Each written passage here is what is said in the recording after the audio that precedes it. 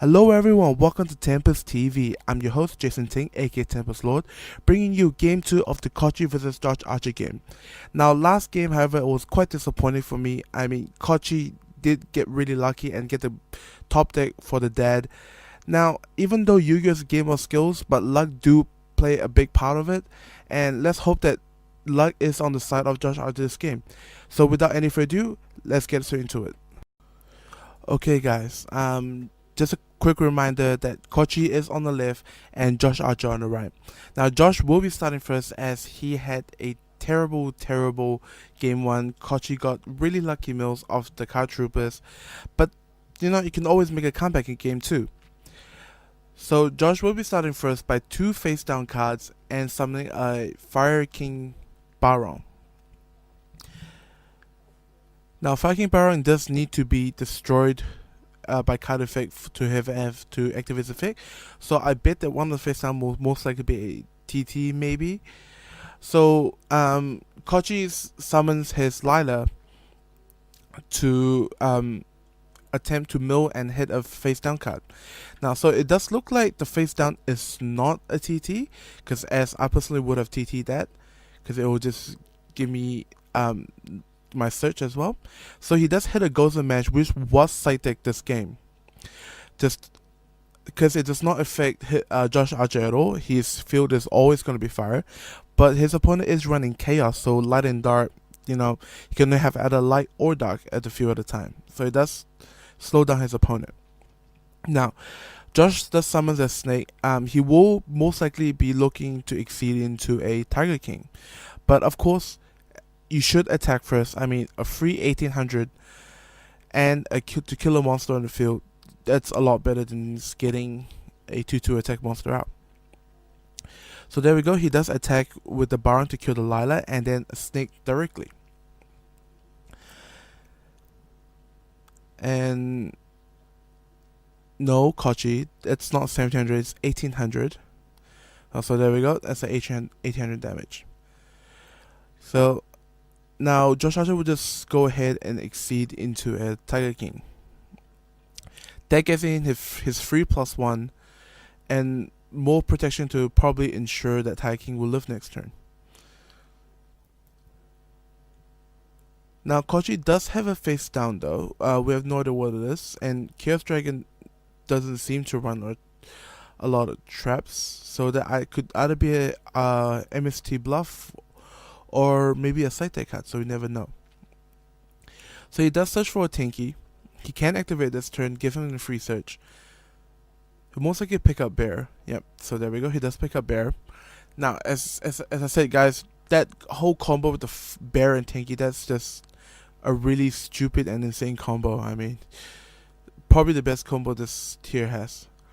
Now, he does detach Tiger King for no reason. It only affects monsters that's currently on the field. So his face down, I predict, will most likely be a Call of the Haunted.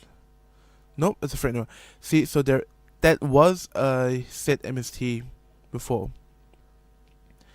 Here comes the very famous card trooper. Let's see how he mills this time. Okay, he did mill a light pulsar. I mean, but he already has red eyes in the grave, but he only has one light. Okay. So he, on his first mill, he did get the red eyes, and he had Monster Reborn in his hand. This is very similar to game 1, guys. Very similar to game 1. Very similar. So now, he has a big beast stick on the field now. That allows him to get another free +1, which is Light Pulsar, and this is the very famous Pulsar and Red Eyes combo. I mean, if you kill Pulsar, it gets back Red Eyes, and if you kill Red Eyes, next turn just gets back Pulsar. So that combo is very hard to kill, and it's quite devastating. So Pulsar does attack and kill the Tiger King very easily by 300 attack, and then attacking directly with the Card Trooper and Red Dragon. Now, because this is Fire Fist, there's no way he's gonna respond with a Gauze, and Trogodius seems a bit too small to handle the attack right now. So now Josh Archer, as you can see in his hand, he does have a Dark Hole. So if he does Dark Hole, he only has to deal with the Red Dragon. it is still very possible for Josh Archer to get back into this game. So after he dark holes and he does clear his opponent's field, he does have a bear and a tanky on the field. If he doesn't have such a tanky, maybe he can get a Tinsu and then maybe exceed into another Tiger King. So it is still very possible for Josh Archer to win this game. He is having a little bit of think now. There is, guys, one downside to Chaos Dragon that is mostly their deck's power comes from the field control. If once you clear their field, it's very difficult for them to get back into the game. So Josh Archer does have a great opportunity now to clear his opponent's field quite easily, with minimum cards used, and he does stand a great chance to win this game. Weirdly enough, he does summon the bear first instead of Dark Hole. Maybe he has another card in his hand that is a better play. So bear now is probably gonna search Tinky or Tensu, depending on what's in his hand. So he does search Tinky. That gives it another search. This just seemed like the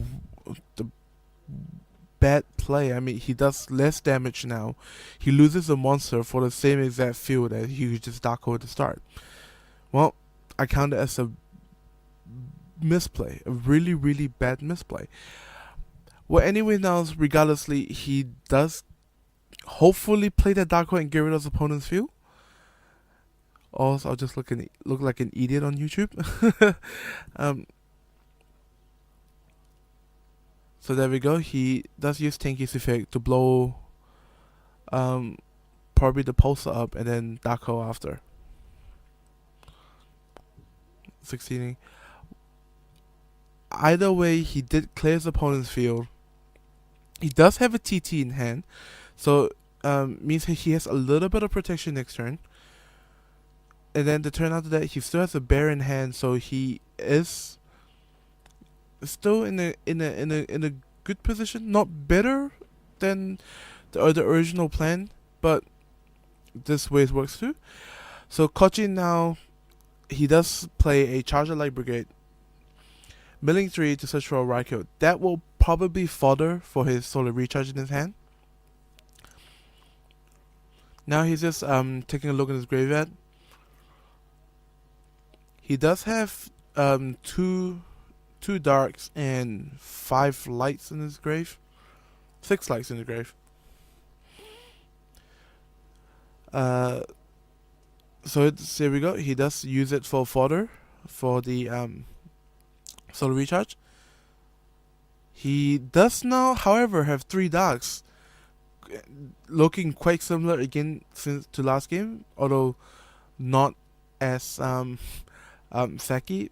So that does fall to that TT that he said.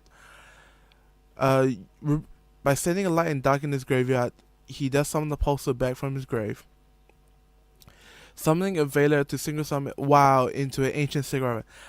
That card is truly a killer card when you have the advantage. What that card does is that it gains attack equals the difference in life points if your life points is higher. So now with 3100 life points different, that Ancient Cigarette is 5200 attack. Well, that will be game 2, and that the match to the winner, Kochi, with a solid 2-0 victory over Josh Archer. Now, despite that terrible game 1, I really did enjoy game 2. It was quite a close match. There were some misplays from Josh Archer, but then again, that ultimately did not matter. So, I don't know what else to say, guys, except Card Trooper is broken. I'm probably going to play more of it. Well, anyways, guys, that will be today, and peace out, guys.